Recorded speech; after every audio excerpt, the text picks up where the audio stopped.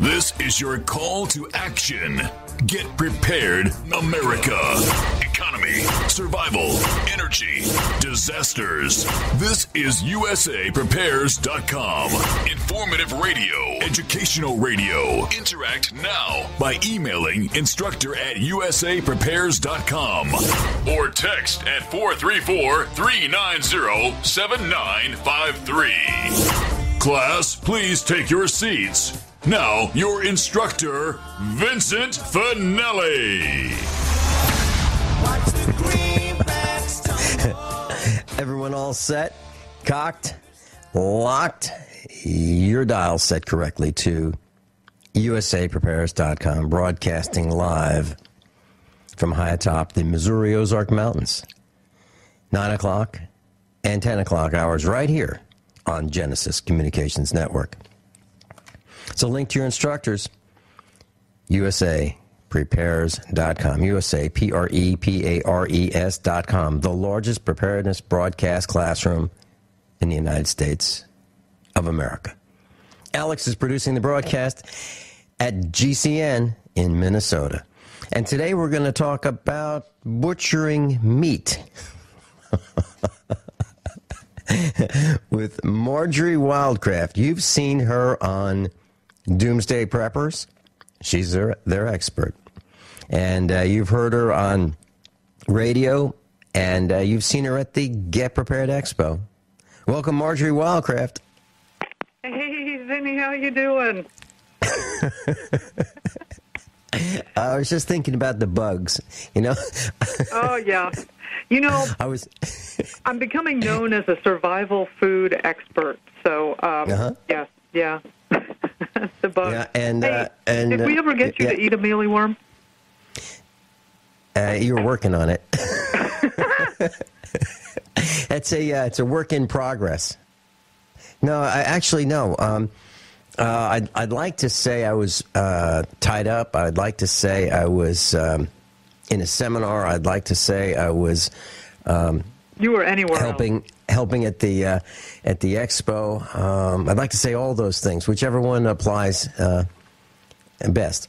Oh, Vince, you know what? I was having dinner with some of these young people in Austin, crazy group, and this one young man who's an entrepreneur has started a business where he's growing mealyworms and crickets, and then he dries them and processes them, and he sells them to you in packets. They're like flour. And they had organized with this restaurant extremely good chef to use these ingredients in various things. And oh my gosh, we had these almond cookies. If we had this, breaded. What's the name of that with the seafood? Anyway, it was so good. You would never have known that there was insects in this thing.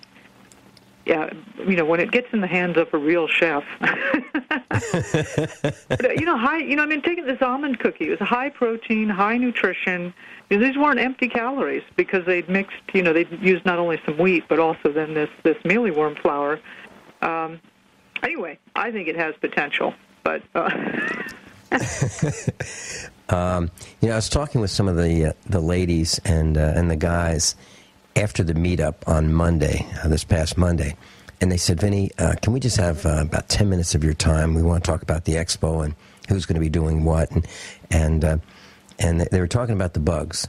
Oh, really? No, really? Yeah, they really were. They want them back, talking about. Huh?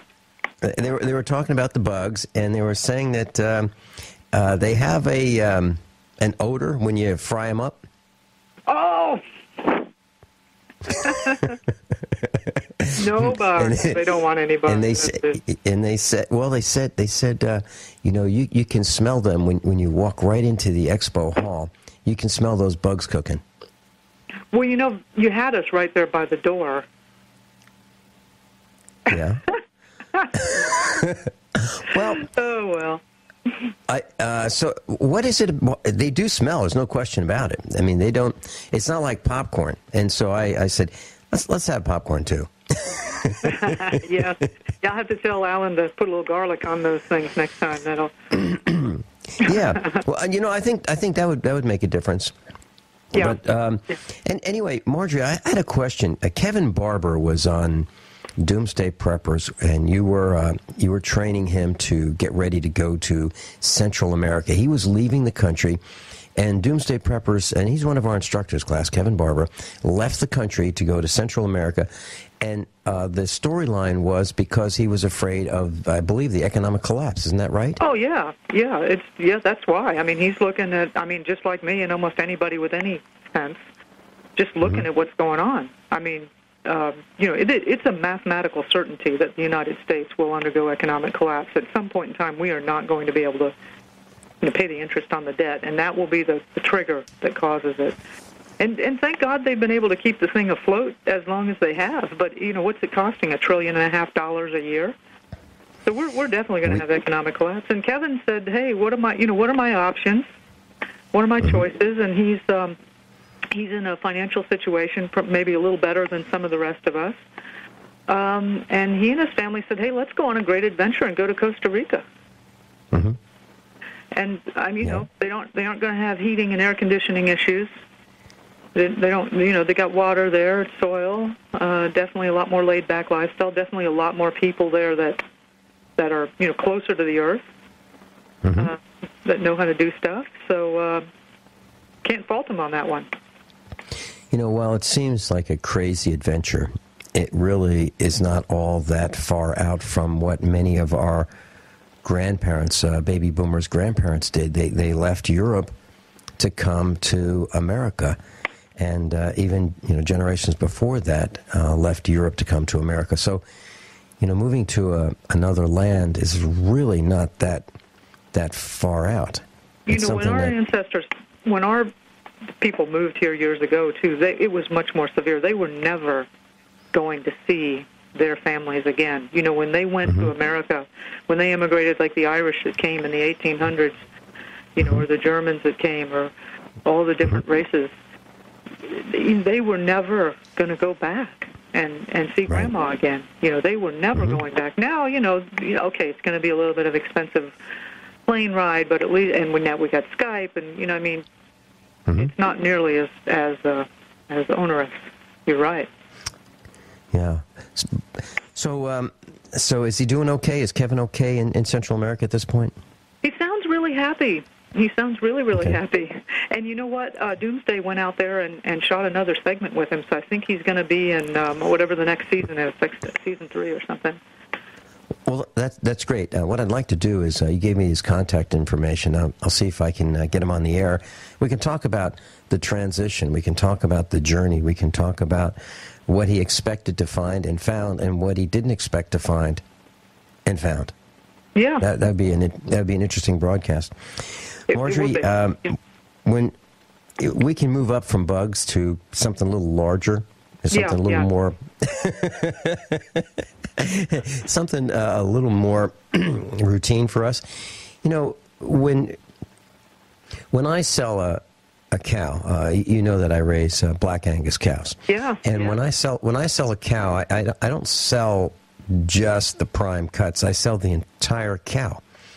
And that cow goes to market, and that cow has hooves and hide and ears and brains and eyeballs and of course, the prime cuts. Why don't we talk about butchering an animal and what that would be like we just may have to do it going forward. We may be on our own in our neighborhood, in our family or a collection of families. And those of us who are getting together now and learning who each other happens to be and our strengths and our weaknesses, we might find that we're going to be working together in the future, in the very near future. So let's talk about that. What is it? Sure. Let's start with this. Why would anyone want to do this? Well, the very first reason right now is because you'll get growing your own meat is probably one of the best ways to get safe, clean meat. And all those things that, like, you send your cow off to get processed, and you're losing the best parts of the animal.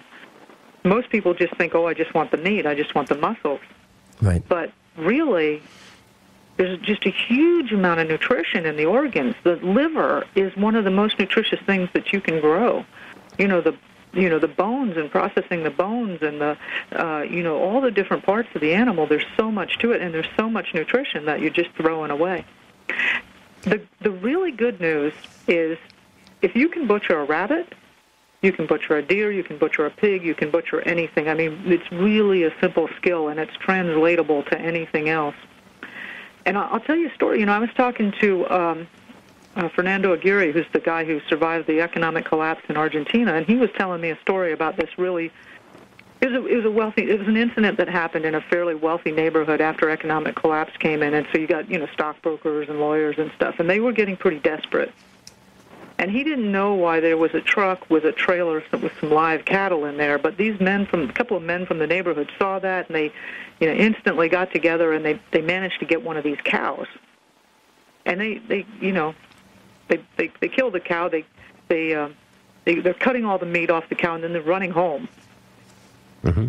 And the really sad thing about it, other than the image of these stockbrokers who are so desperate now that they're actually cattle rustling and the horrible thing about it is none of them knew how to butcher, and they just left a whole bunch on the carcass, and they wasted a whole bunch of the carcass because they just didn't know anything about butchering or know much about this.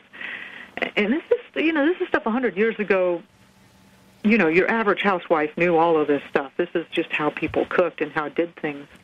There's so much more to the animal than just the meat. So, even if you're in a suburban backyard, you can raise chickens or rabbits, and you can butcher your own animals right there. And it's not going to be anything anybody's going to know about. I mean, we butchered a turkey in Kevin's backyard. Kevin Barber, on Doomsday Preppers, we're surrounded by $300,000, $400,000 houses, and we're in his backyard butchering a turkey, I was at the meetup, and Judy Dollarheight and John Dollarheight were there. They own Dollar Value Computers. They were the ones who were attacked by the USDA, and they were facing a fine of $6 million for raising rabbits and selling them as pets. Well, they eat rabbit, and Judy Dollarheight presented me with some rabbit that she butchered, and it's in our freezer right now. So we're going to have some rabbit. But this is something that some of our instructors do. I mean, we raise our own animals for food. So let's talk about when we come back. I'll mention something that one of our medical doctor instructors said about eating the heart of a cow or a chicken. Marjorie Wildcraft, Vin Finelli, USAPrepares.com. We'll be right back. We're talking about butchering animals. Well, we're talking about butchering animals, and Marjorie Wildcraft is with us. Marjorie, several of our medical doctor instructors and I were talking about those that may have congestive heart failure or heart disease or heart problems, and they suggested eating the heart of an animal.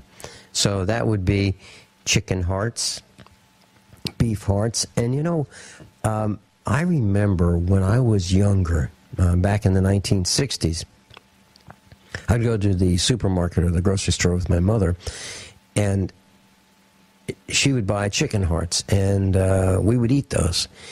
And I noticed that people who ate them or bought them seemed to have good health. I mean, they appeared to be healthy. They didn't appear to be sick.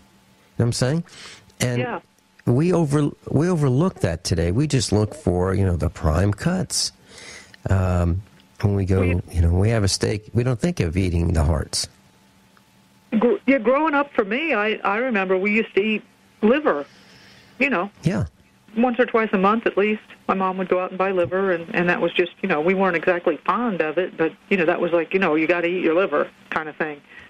Yeah, that's it. That's exactly right. You've got to eat your liver. And I remember my mother telling me how good it was, and I just couldn't quite understand how good it was when it tasted like that. But, and my, well, here's the thing. Marjorie, you're right on the money about this, because my mother is just about 90, and she's like inches away from being 90, and she outlived her younger brother, she outlived her younger sister, and they did not eat the kinds of organ meats that my mother would eat. I mean, they're brothers and sisters, but my mother ate better. She didn't do bad things, and in terms of, not that they did, but she didn't do them, and she ate better than they did, and did a lot more things right than the average person, and she's still around. So she outlasted her brother and sister. So I think you're right on the money. So all right. So what do we do? Well, the nutrient density is, our soils are just so depleted in nutrients, and the food supply is so utterly depleted. I mean, half of the Americans in the U.S. I'm saying the average American gets only half of the RDA. And the RDA is not what it takes to be healthy. It's just the minimum amount of nutrition you need not to show symptoms of disease. So this is one reason I'm like, grow your own food, because that way you can make sure you've got soils that have good nutrition in it. You grow your own animals. That way, those livers, we may not like them, and I've got some ideas for preparing them that makes it taste a little better. But that's, we're up against the wall. I mean, even if we weren't talking about economic collapse, we're up against the wall with the food supply. People are getting sick. There is an epidemic of obesity. There's cancer rates, heart disease. It's skyrocketing. And maybe there may be some genetic things, but ladies and gentlemen, it's the food supply. People need exercise and diet. Forget some new biotechnology. Let's go back to basics. And it's one of the reasons I'm so passionate about having people, even just grow a little bit on your patio, get started. Or I've got a rabbit hutch, 20 feet long by 2.5 feet wide. Okay, this thing could fit in anybody's backyard. I get about 80 to 90 rabbits a year out of that, and that is half of the protein requirements for my family of 4. They're quiet, they're clean, there's no smell. Anybody could do that anywhere in any backyard. And you can have a clean source of meat, and especially those organs and that nutrition that your body needs. Marjorie, let me ask the question that nobody wants me to ask. Okay. What is it like when you kill that rabbit, that very first rabbit? So you've got this rabbit, you've got this rabbit in your hands, right? You're cuddling this rabbit. What's that like the first time? I am a huge procrastinator when it comes time to butchering. So I'll get to it tomorrow. I'll get to it tomorrow. But I'll tell you my first story of butchering, and it wasn't a rabbit. It was some turkeys. And I'll tell you what really brought it all to a head was my kids were pretty little back then. My son was about 4, maybe 5, and a little boy. We'll get back to them soon. Yeah, we can wait. We can get to it tomorrow.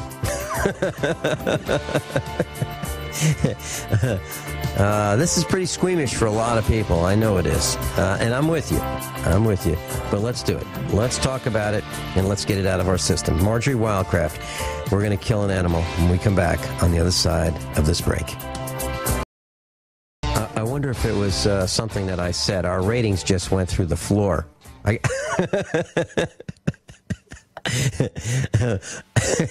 Marjorie Wildcraft is with us, and I'd like to talk about killing that very first animal. I think, Marjorie, we lost our class. Wow, live and learn, Ben. Live and learn. No, I'm only kidding. But seriously, what's it like when you have to kill that first animal for food? I'm not talking about killing animals needlessly. I'm talking about for the purpose that they're here. It's really difficult, and it's always really difficult. And to be honest with you, if it wasn't difficult, I wouldn't be doing it, because if you get to the point where it doesn't mean anything to you, then there's something wrong. Yeah. I ran over a snapping turtle yesterday in the field. I was baling hay, and I didn't hurt this guy, so I went out, and he was fine. He was absolutely fine. But I ran over him with the tractor, and we have these great big tires, so there wasn't a lot of pressure on him. And he was a big snapping turtle. I mean, he was really big. And, I felt bad. I mean, this guy was trying to, if he could have grabbed my leg, he would have, taken a chunk out of it. And, he's not a real friendly guy, but I felt bad about running over him, and I wanted to make sure I brought him to safety. But I mean, that's kind of how I feel. So even an animal that's kind of offensive and wants to take a chunk out of me, that's just their nature. I still didn't like the idea of hurting them. Well, every creature has a place, whether it's in alignment with what we think how things should go or not. They're here for a reason, So it's great that you respect that. It is really hard, and I in the beginning I thought, oh man, why am I killing this rabbit? But really it's the quality of meat. If you had any idea of what they put into the commercial feed supply for chickens, or how, watch some of those videos of how they're raising those animals in those confined feeding operations, or, they put arsenic in chicken feed because it makes the arsenic, when it gets in their cells, it makes the cells retain water and swell. And in the chicken business, swollen cells means that chicken's going to weigh a little bit more, which means, and in the chicken business, how much that chicken weighs is totally how much you can sell it for. Yep. Tyson Foods, the biggest world's largest poultry producer in the world, they only have a profit margin about 3%. And if they didn't put that arsenic in the feed, they probably wouldn't, they would have to raise prices, which, that's part of the whole thing. But they it wouldn't work. But the thing is when you eat that chicken, you get that arsenic in your cells. No matter how much of that chicken you eat, you're never going to lose weight, and you're just going to always keep that, that you're going to just always, people think, oh, I'm eating healthy, I'm eating chicken. No. You're eating chicken that came out of a confined feeding operation where they've been feeding those things arsenic and GMOs and all kinds of stuff. Just because it's a chicken doesn't mean it's not bad for you.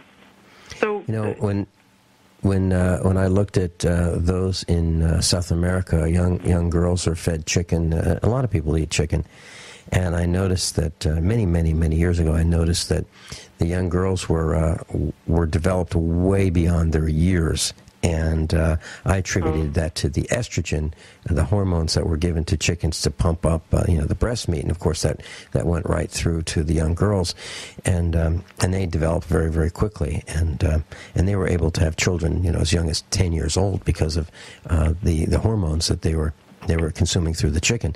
I didn't realize that. What you taught us now about the arsenic, it absolutely makes sense because people who eat chicken seem to gain weight pretty well. Yeah, it's really, we're at a point, you got to grow your own groceries. You got to grow your own food. And it's a good thing to know how to do anyway. Yeah, we had a calf that had a broken shoulder, and we had to put the calf down, and we butchered it. We had a little informal class on butchering here on the farm, and we got some plastic, and we used a Sawzall. We cut up the meat and brought it to a processor who was another farmer, and he then took it and hung it and cut it into steaks and ground it into chopped meat. And I got to tell you, it absolutely did not compare to anything that we've ever bought from a store. It was so lean that you couldn't cook the meat without putting a little bit of oil in a pan because it would stick to the pan. It was absolutely the finest meat ever. And I got a call from our neighbor who we shared it with, and he said, that was the best meat he's ever had also. Now, there was no corn in this calf's diet. None. It was just grass. Nothing other than grass and minerals and vitamins. That's all these animals ever get, and they don't get injected. Even when you're raising your own yard chickens and rabbits and things, it's an entirely different. It's a completely different meat from the stuff you buy in the grocery store. So it really is, and it's much higher quality, richer in flavor, more consistency to it. There's definitely more minerals. You can taste it. It tastes good. Your body recognizes it. Yeah, when we first got chickens years ago, the eggs came out brown. I was like, "Ooh, are these okay? They're brown. They're brown. They're not white." And sometimes they come out with poop on them, and you look at them and you go, "These are nowhere near as good as those things you get in the carton from the supermarket." After you have them for about 6 months, you don't want to go back because you look at those eggs that come in the carton and you say, something's wrong with them. They're white. They don't taste the same. They don't look the same. And how long have they been stored anyway? Before you get them. So, yeah. Actually, the shell color is not nearly as much an indicator of the quality of the egg as the color of the yolk. Mm-hmm. Right. The shell color is, people say, brown is going to be better than white. That's not really necessarily true, but when you break that thing open and you get the store-bought ones, that yolk is a really, really pale, almost whitish-looking color. You get eggs from yard chickens that have been running around and eating insects and getting a whole diversity in their diet, and those are almost a bright orange. And there's, that color, that is it the keratin, or I'm not sure which vitamins, but you can see it in the yolk, and the flavor is fantastic. Yeah, there's a difference. Yeah, the chickens do run around the yard, and they do eat the ticks and every kind of bug, and they love grasshoppers. I mean, they just get really excited when they see grasshoppers. That's yeah. No, it's great. Yeah. So we're going to eat the liver. We're going to eat the heart, and heart is really good if you have a heart problem. A person eating a heart. What else? What about the brains? Yes. I actually do eat the brains of the rabbits that I process. And chicken brains, not worth going for. There's just not much there. But the rabbit, and also occasionally when we get deer or venison, and I eat them. And they're kind of fatty. They're nice. You fry them up. A lot of people, I've read a lot historically that people would scramble them with eggs, for example. Yeah. And they're delicious. They're good. A little salt and pepper. There is, when you're commercially raising cattle and you're forcing them to eat corn, which is not something they normally eat, when you're forcing them to eat other things that they don't, and you're keeping them confined in a pen and they're up to their knees in their own feces, yeah, I wouldn't eat anything out of those cows, and there's no wonder they get mad cow disease. And, that's certainly, you don't want to touch any of that. But stuff that you're growing yourself, or things that are wild that you're hunting, that have been eating clean sources of food, the brains are definitely edible and quite tasty and safe. I'm still having trouble with it. I've talked to many medical doctors who talk about scrambling, brains and eggs, and it's good for you. And I'm wondering if it actually would improve a person's IQ, if the heart muscle can... I think it would. I think it would, and I'll tell you why, Vince. I think it's just if you start eating some kind of quality food, it doesn't matter what, your intelligence is going to increase. And there's certainly a conversation going on that America's being dumbed down through the food supply. So there you go. But yeah, it might help. So how does this eating bugs help with? Yeah, you'll be able to split around better. Yeah. Okay, so I'd really like to get back to how do we get past the emotional trauma, if you will, of killing that animal that we raised it for food, so we get the rabbit hutch or we get the chicken coop, and these animals, we're raising them for food. Okay, it's easy to eat the eggs, that's easy, but at the end of the chicken's life expectancy, do you kill the chicken and then eat the chicken? Yeah. Okay. Yeah, so now this, but hasn't this chicken become a pet? Well, it has, and even the baby rabbits that we raise, my daughter plays with them, and she knows exactly what their fate's going to be in about 2 months. Mm-hmm. But that's, and there's a lot of heart rendering about that, and it's difficult. But this is, there's a fundamental fact of life is life and death, and mm-hmm. to some extent acknowledging your own power You know, you have the power of life and death. I think some people are afraid of butchering because they think, oh, my God, if I kill a rabbit, then I'm going to be able to kill people, and, you know, it's going to get out of control. Mm-hmm. But that's not true. You know, it's not. I don't know if you had a chance. In my video set, I have a whole segment on butchering, and I actually show people. I take a live rabbit, and I go through the whole process with them, and I show them how to do a chicken. And I've gotten emails from vegetarians, numerous emails and letters.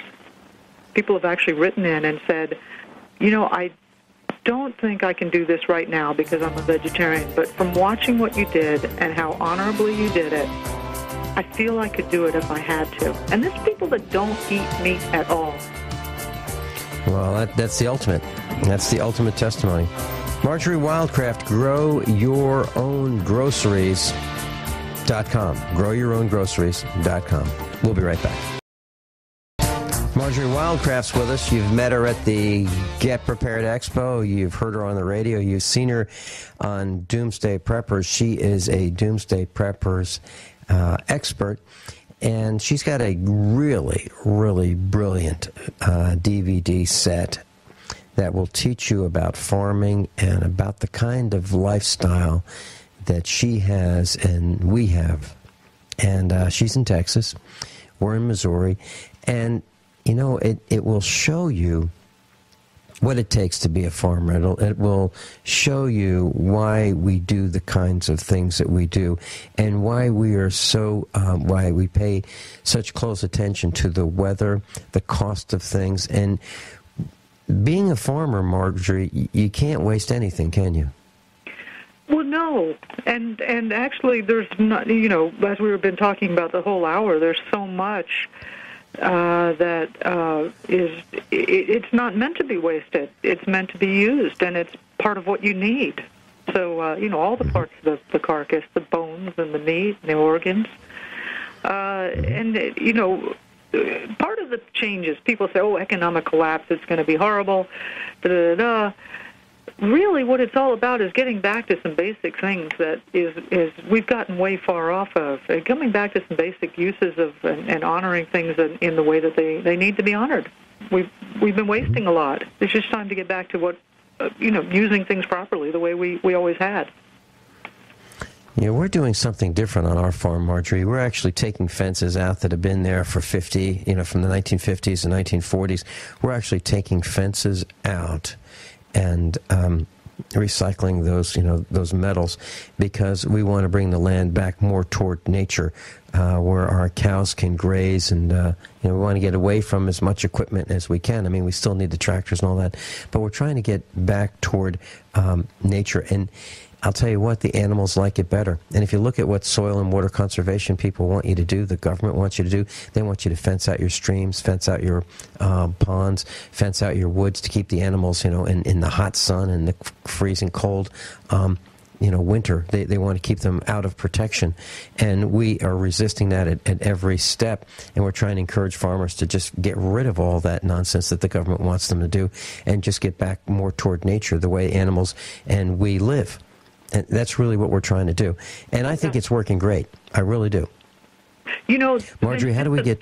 Go ahead. Just to let everybody know, this is totally accessible to anybody with a backyard or even a patio or a rooftop. So, you know, you and I have a bit of land, but really, you can grow a tremendous amount of food for your family. You could right in your backyard. So, yeah. Let's tell everybody how to get your DVD. Marjorie, I think it's absolutely brilliant. It's one of the finest DVDs I have ever seen on how to do something. It's very well done. How do we get it? GrowYourOwnGroceries.com. And that'll take you to our website. There's a load of free information. Our mission and our vision is homegrown food on every table. And that's why I'm on the radio here with you. I believe that everybody growing their own food is the solution to the problems, so many problems that we're facing. Health problems, energy problems, you know, all kinds of issues. And just emotional problems. I feel so good in my garden or when I'm working with my livestock. So growing your own food, homegrown food on every table, it's so delicious and so rewarding. GrowYourOwnGroceries.com.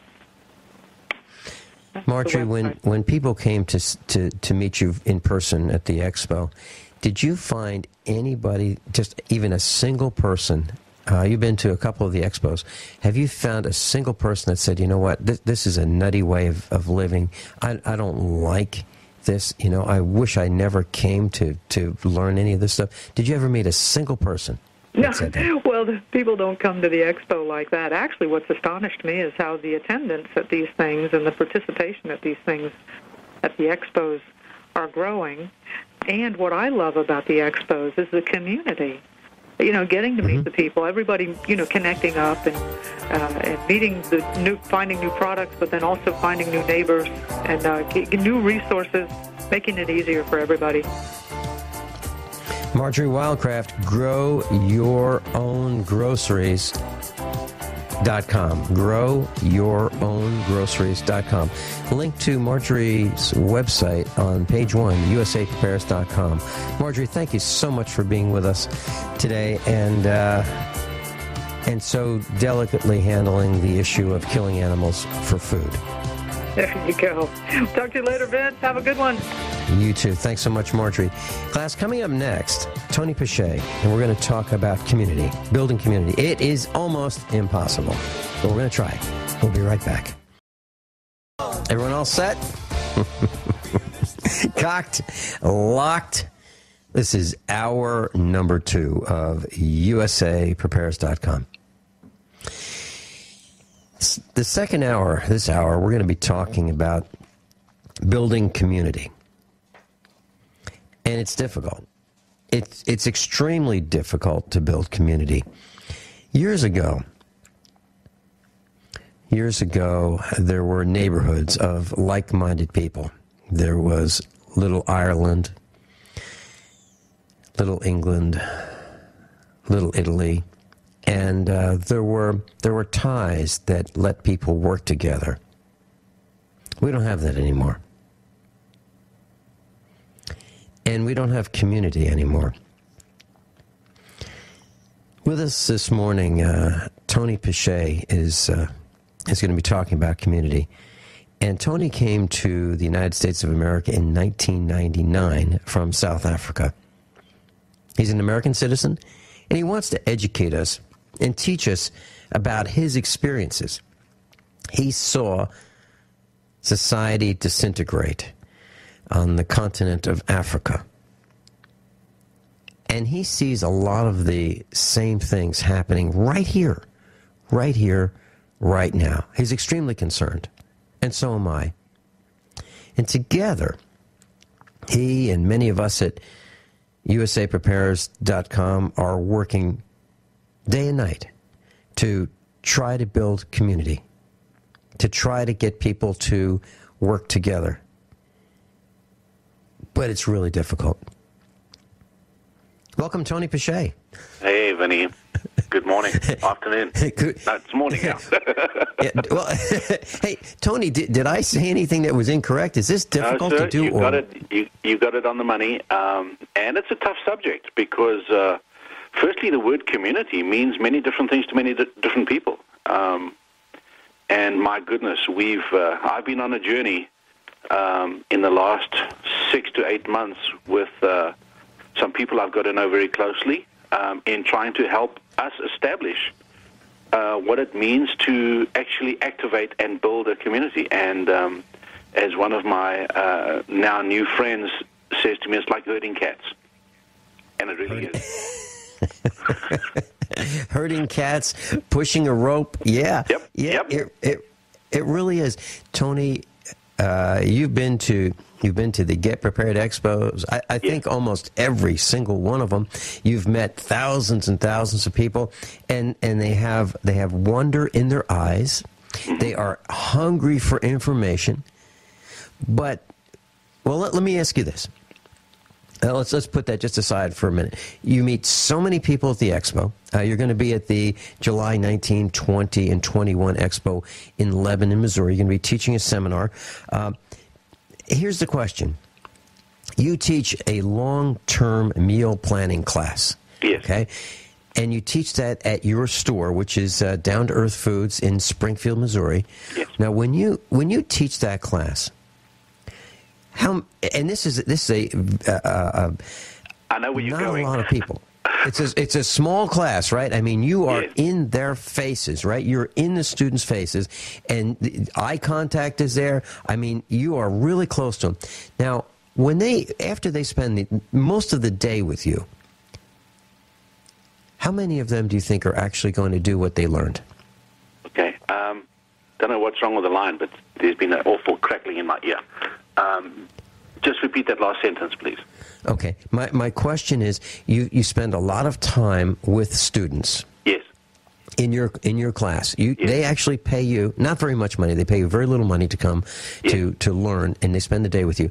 Of all the people, let's say there are 100 people that have gone to your classes. Just I'm arbitrarily picking that number. How many of that 100 would you say have said, okay, I know what I got to do. I got to do it right now, and they actually get it done? How many? Less than 3%. And these are the people who actively chose, and the money just really covers costs, doesn't even cover my time. It just covers the overhead. And they make the effort to come. Some have come from Arkansas, northern Missouri, wherever. And it's disappointing for me because it's like, okay, I've got it. I give them a 50 meg file, which I download on their flash drive, and it's almost like they file it away. And I purpose with them after the course that I will follow them up in 30 days to see how far they are with their plans. So I challenge them and I call them. I haven't done that for the last, I'm 46 days out on the previous second to last class. But everyone I phoned, less than 3% have actually done anything and owned what they need to do. And it scares the snot out of me because food is not the major priority. There are 5 major listings of priorities that the majority think of. And if they don't even have the food right, and this is to a group of people that want to be prepared, not the general population that just think life is going to continue through a convenience store.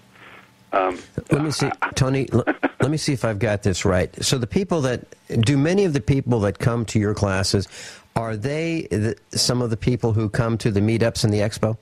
Yes, I've had, I would say a third to a half are the people that come through the expo.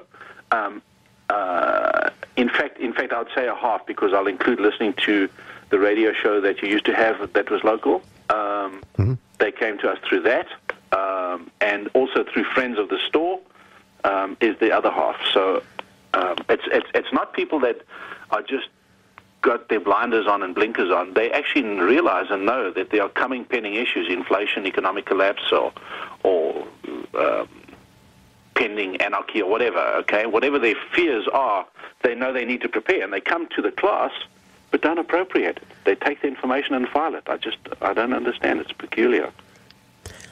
I cannot understand it either. And every once in a while, I have to ask myself, okay, Vinny, why? Tell me one more time why you're doing this. Because I have figured that we've put over 10,000 butts in seats. I mean, if you're measuring attendance, at the meetups, just at the meetups, if you average out, 100 people times 2 years, 10,000 butts in seats. And, we do this every single week. And I'm wondering, why are we doing this? Because one day I asked the meetup group, I said, okay, here's your homework for the week. And I very rarely assign homework. And I said, just turn off the power, on the circuit breakers. Leave the refrigerator running, leave the freezer running, any medical emergency type equipment, make sure that's still running. But everything else turned off. Turn off the TV, turn off the electric range, the microwave oven, the cell phone, all those gadgets, you turn them off. No DVD player, no entertainment. You're in the dark, and you have a half hour to prepare. So at 5:30, you're home from work. You take a half hour to do whatever you want to do because you know the power's going out. At 6 o'clock, the power goes out until 9 o'clock. Just do that, and then next week we're going to talk about what it was like. And you can turn the power back on after 3 hours. Or if you can't take it, turn the power back on. Whenever you want. You're in control. And I got volunteers, and they said, yeah, we'll do it. We got to next week, and I said, okay, let's review what it was like. And? Cricket. No one No one did it. So I thought, okay, that's kind of a small group. There's only like 110 people here. So that was kind of a small group. So I did it on the radio. I did the same thing. I said, okay, here's your homework. It was a Friday. I said, here's your homework. Do this over the weekend. Okay, and I explained the same thing. And I said, okay, on Monday, we'll talk about what happened, and I'll take your calls. And that's when I did the local broadcast in Springfield. Okay. Monday comes around. I go, okay, here's the number. And I gave out the toll-free number to call in. I said, okay, let's hear what happened. Nothing happened. Okay, so I'm not alone. So I'm batting zero. So I'm not alone, okay. No. So, actually, you're doing really well. You got 3 out of 100. I got 0 out of like 10,000. It's sad. In fact, also when we do the classes, I do 3 classes, or I have been doing 3 classes. I've been challenging them to take a 30-day test, bearing in mind that food is not really a priority. And the 30-day test is live for 30 days on what you prepared. Oh man! And I got crickets on that one. So it is frustrating. And the wife and myself have been thinking, it's just like when we were living in SA and in the mid-'80s. There's a lot of denial. There's a lot of it's still time to prepare. It's still down the road. And then there's a lot of burnout for those that have been preparing and have seen things in the past, and they haven't come to fruition, and they got this like denial that something's going to happen, but they're ignoring what's in front of them. And in fact, if I can just give the example of the tsunami, the people at Banda Aceh, when the tsunami was coming, they saw the waters recede, and people were still walking down onto the beach. They didn't realize that when the water recedes, there's snot coming your way. And I'm watching the water recede, and people are saying, hey, let's go to the beach. Unbelievable. They don't. Yeah. So I do have a small group of people out of meeting lots of people, and I'm talking about a handful of people that actually do get it, and have activated and are prepared. And it's like this 3 out of 100 that we're talking about. Now, are they? But that doesn't make community, Vinny. Well, here's the problem I found. There are people who come to our meetups that are scattered all over, and they would love to build a community, except we are scattered all over, Missouri and Arkansas. So it's difficult for us to build a community of neighbors when we live hundreds of miles apart. However, if we did live closer, I think we would be a community, but we don't.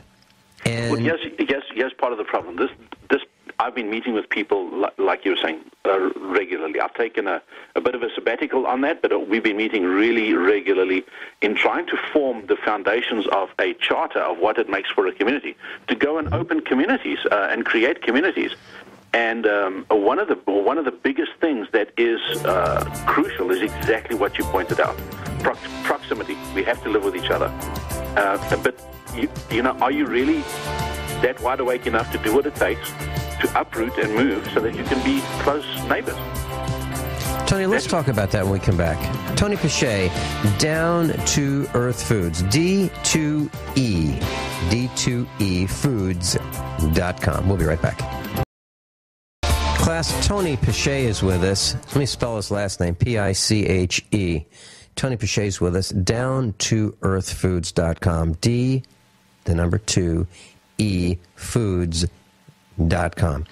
And there's a link to Tony Pache on the website, page 1 at the bottom where the instructors are, and also in the exhibitors and seminars tab at the website. We've got an expo coming up July 19, 2021. Tony Pache is going to be there. You'll get a chance to meet him in person. And we're going to do some live radio, and he'll be there with us doing some live broadcasting on Friday, which is July 19th, at the day that we do the setup at the expo. Tony, I wanted to share with you, I had an opportunity, and I still have this opportunity, to buy 1 square mile of property. And a square mile means a mile wide by a mile deep, which is 640 acres. And this property can be divided into parcels that will support about 60 families. It's woods, it's streams, it's really secluded, it's really neat, it's right near me. Okay? Right. And I can buy this and sell it and everybody could have very inexpensive property. And how inexpensive? I'm talking maybe $20,000 or less to have property where they could build, and we could have our own power generation, our own water, our hunting and protection, and raising food, and we could have a community, storm shelter, all those really neat things. Okay. But I'm not convinced. I'm not convinced because of what I've seen so far that we would be able to build that community.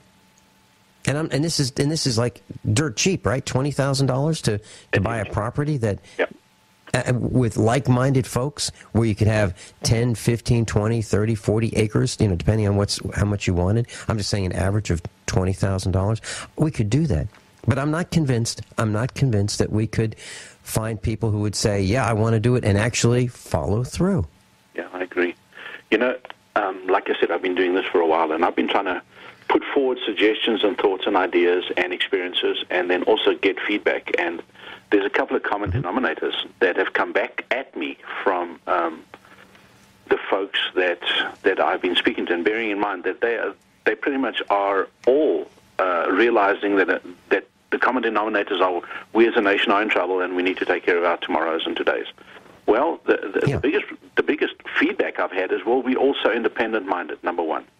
Number two, we can't trust. And I've listened to these arguments now for a while, and I truly believe that Americans are not independently minded. They say that, but they're actually stubborn, because independent-minded means to me that I will go ahead and do my own thing anyway, in spite of, and still come out prepared.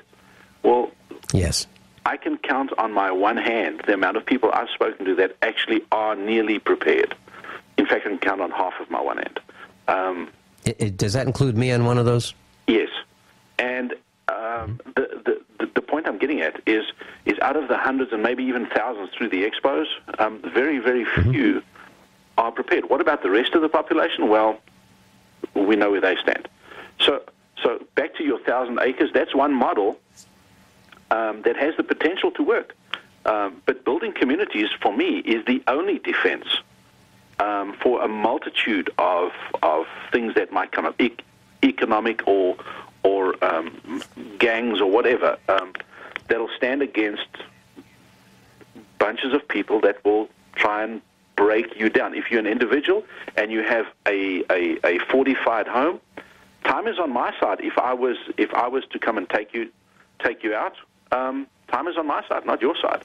But if you're a community and there's a bunch of people coming, the resistance will be so high they'll go around you rather than through you. And I've been preaching this for a while. And I'm just hoping that some people get it and we can create communities of 20 or 40. So I would say to you, Vinny, don't give up. It's possible. I know also of, put it this way, if the Italians, the Greeks, and now even the Muslims can start their own city, which is just on the news this morning, and have it out there, why on earth can't homegrown Americans who value the love of their country do these sort of things and stop this stubbornness, stop this individually minded independence? I just find it honestly. Tony, let me take a few seconds and let everybody know. Tony isn't someone who just read about this. Tony was there. Tony was in South Africa. It came right at him, and he had to survive. And his family had to survive. He has been through it. He has been through the collapse. He's been through the takeover. We'll be right back. Class, we're talking about building community and how important it is to work together. Frankly, I live on a farm, and we can't survive just our family. I mean, for a while we could, but we have neighbors who work with us, and it's wonderful. But we're all like-minded. Now, we're all independent. Every single one of my neighbors is totally independent. However, we work together, and that's what Tony's talking about. And Tony, let me just share a little bit with you. Tony came from South Africa. His wife's family had an 8,200-acre farm, 8,200 acres. That's a very, very large farm. I believe there were about, over 100 families, 200 families working on that farm, maybe 250. Is that right? No, it 250 people, but 80 families. 80 families. 80 families. That were housed, and there was a clinic and a school and a store, everything, yeah. And it was second, third generation. Yep. So it wasn't like it just happened. It was something that had survived the test of time, and in a 24-hour period, at gunpoint, a group of government-sanctioned thugs stole the farm at gunpoint from the family, and everybody had to leave or get killed. Isn't that right? Yeah, well, her parents actually won the court case against the farm being taken over by Mugabe and his cronies, because they give it to the government officials. That farm today has been laid waste. Those 80 families were put to the side of the street, and her brother is still in Zimbabwe, and to the best of my knowledge, most of those people either went to the TTLs or are dead now, because this was their life. So, yeah, you can win the war, which Rhodesia did.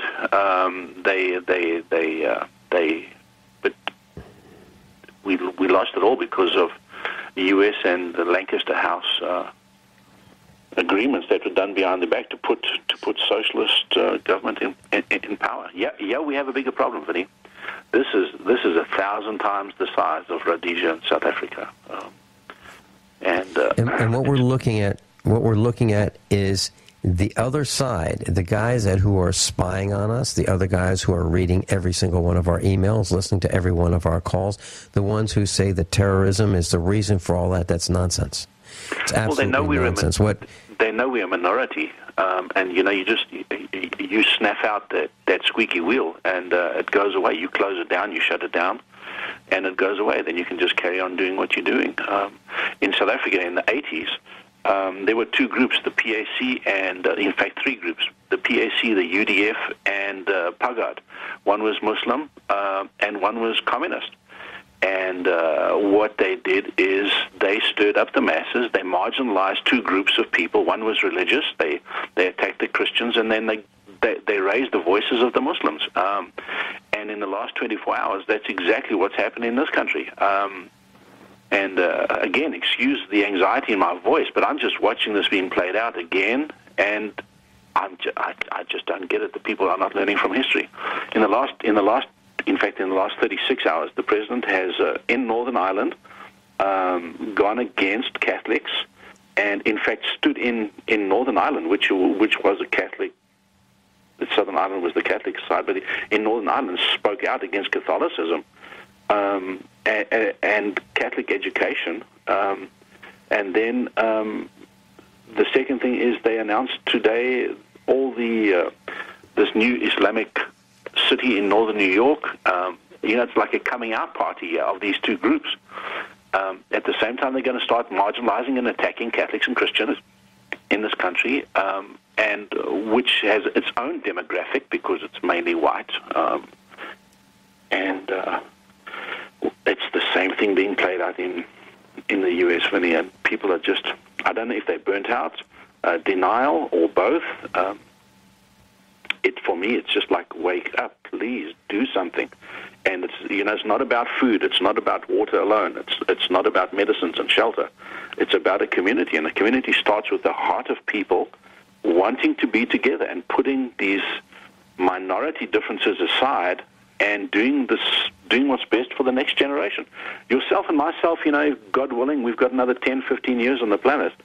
But we're doing it for my grandkids and for my kids that want to live in a country and continue. And I find people stand up and talk about their rights and their independence, and they don't want to relocate. They don't want to just up and move and say, okay, let's be together, let's build something like a kibbutz, or like you've got out there where, my goodness, a square mile, you can feed. The state of Missouri tells you quite clearly that on 20 acres you can feed, I think it is 40 people for a year. Mm-hmm. Mm-hmm. So imagine what you can do on a square mile. You could have a bustling little town there, but people don't want to give up what they're holding on to, and what they're holding on to, I'm afraid, is going to be taken from them because they don't want to give up, consolidate, move together, and tighten up their defenses, and I mean mentally, not just physically. It's not just about bullets. and they don't want to have a meeting of the hearts. You know, they want to retain this independent spirit, and the opposition knows exactly how to just play the game and pick the independent off one by one, and that's exactly what's happening. And you and a lot of other people that you have at the expo are speaking the same language, and I don't know if you probably know this better than me, Vinny, but the people that come to the expo, in the last 3 prior to Lebanon, there were a lot of the same people coming to the expo. There were not a lot of fresh people. But in Lebanon, in our store tables, we noticed a lot of different people coming to the expo. There was a lot less attendance, but there was more people participating and partaking.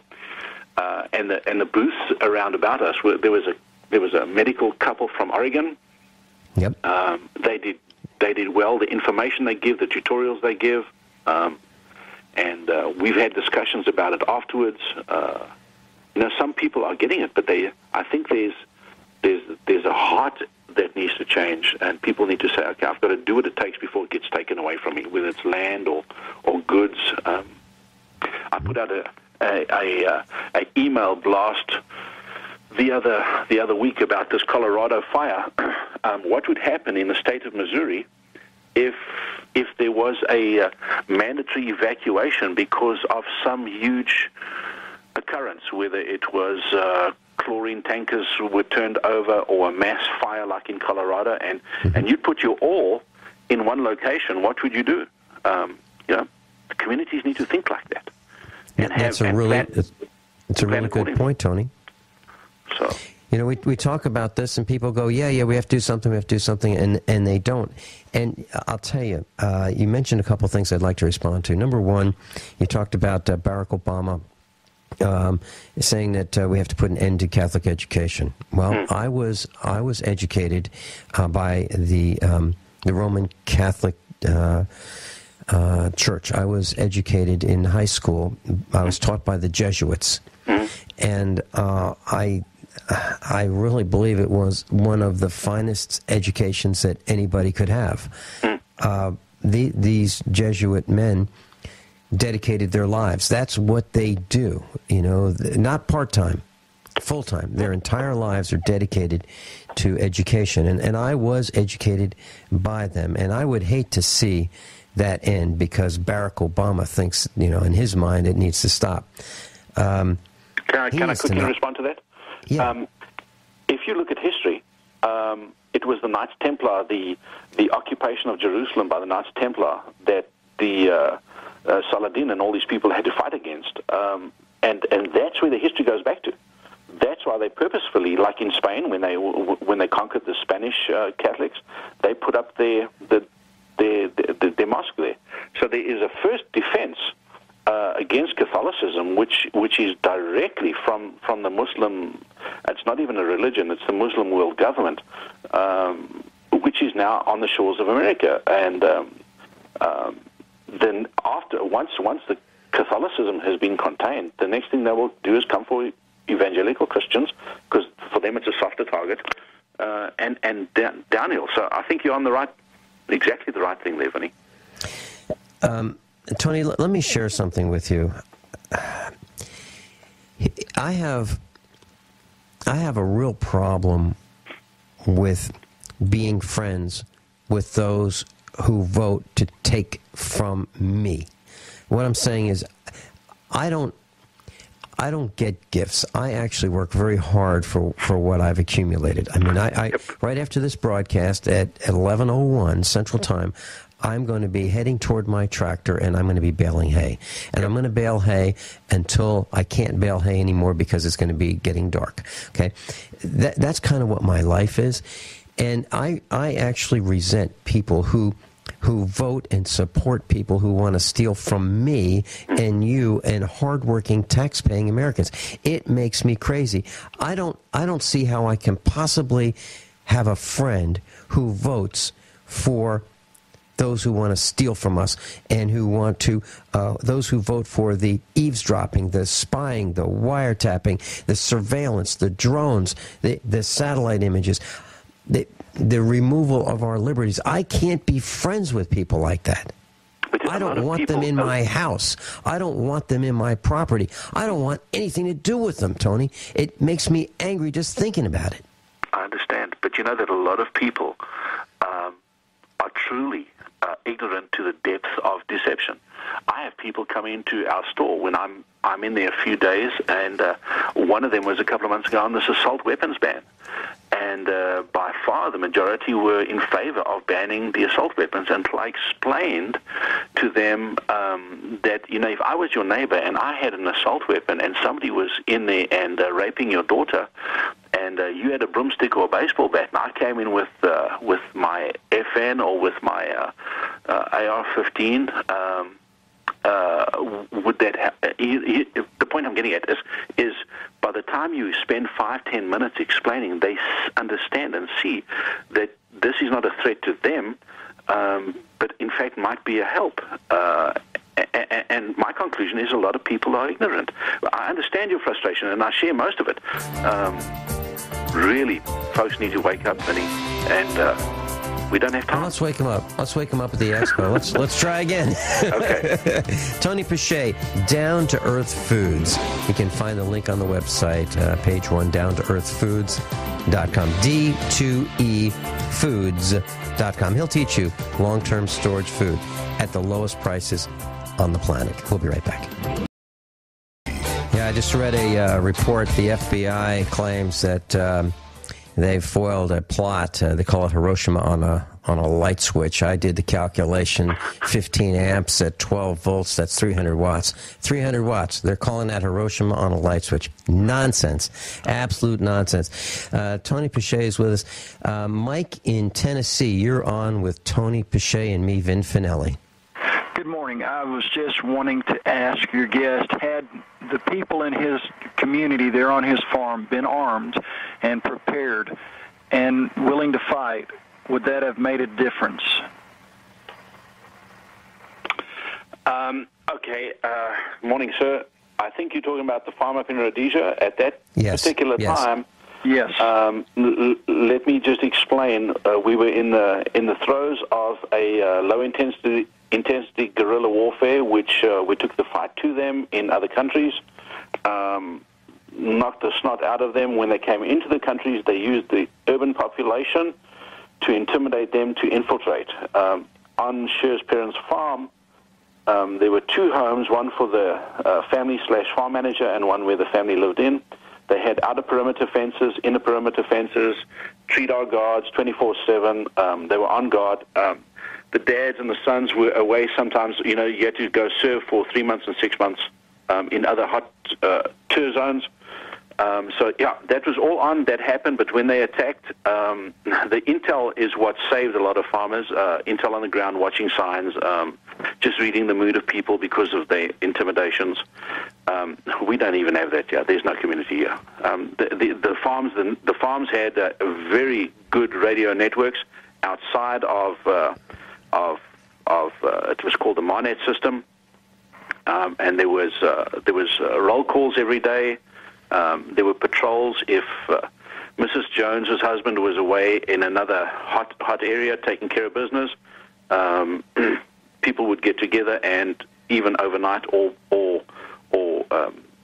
spider hole type stakeouts in other perimeters. All homes had grenade screens. The homes inside were partitioned off with wrought iron fences that if they came into a certain section, they would battle to get into other sections. There were weapons hidden inside the houses. Yes, to answer your question in short, South Africa and Rhodesia. My home in South Africa had razor wire fence on the top, brick vibrocrete walls on the outside. Our home inside in Port Elizabeth, we were in the city, was partitioned off with lockable homes, lockable rooms, and we had guns hidden in certain rooms of the house. My kids, for the most part, were kept out of it. The wife and myself knew, and we knew how to take action. We had safe areas. We knew how to shoot in the dark. This was before lasers and night vision optics. So, we were all prepared mentally and physically. So I hope that answers your question. So you obviously had layers of defenses and provisions, and you had strategies already in place Ingress for this. and egress, yes. And you apparently were overrun by, I assume, a larger force that was able to breach your defenses. And when their farms were taken over, you must realize that this is 2002, 2003. The war I was talking about then was in the 70s. But in 2002, 2003, there was a lot of stuff that Mugabe had come to power. Defenses were down. People's guards were down. And you would get a group of 50 to 100 people coming into a house and ask you, are you prepared to die for the food that's in your house? Most people didn't. Then they said, well, go to the bathroom or go to your bedroom, or while they ransack the house. So basically that was a scenario that was quite different than what you previously mentioned. That's where people were not Yes. prepared, Yes. and then I guess large groups of people just overran them. Well, exactly, because after the war, Mugabe came into power. People let their guards down and their defenses down. South Africa was a bit different in the 80s when they used to bus in people from other areas, and 10,000, 50,000 people would come into a community, and let's say they were going to march onto the town hall under the disguise of ranting against a company or a government or a medical situation. Gentlemen, we are out of time. Tony, we're going to have to do this again, Tony. Well, thank you. Why don't we do a broadcast just on this? What it's like to have invaders come to your house, tell you got a short time to get your stuff and get out, or you're going to die. Tony Pache, you can meet him at the Get Prepared Expo, July 19, 20, and 21. Mike, thanks so much for the call. Class, I'm Vincent Finelli. This is USAPrepares.com. Tony Pache is one of our instructors. I hope you get a chance to meet him at the Expo. Class, above all, honesty and integrity. What happens next is up to you.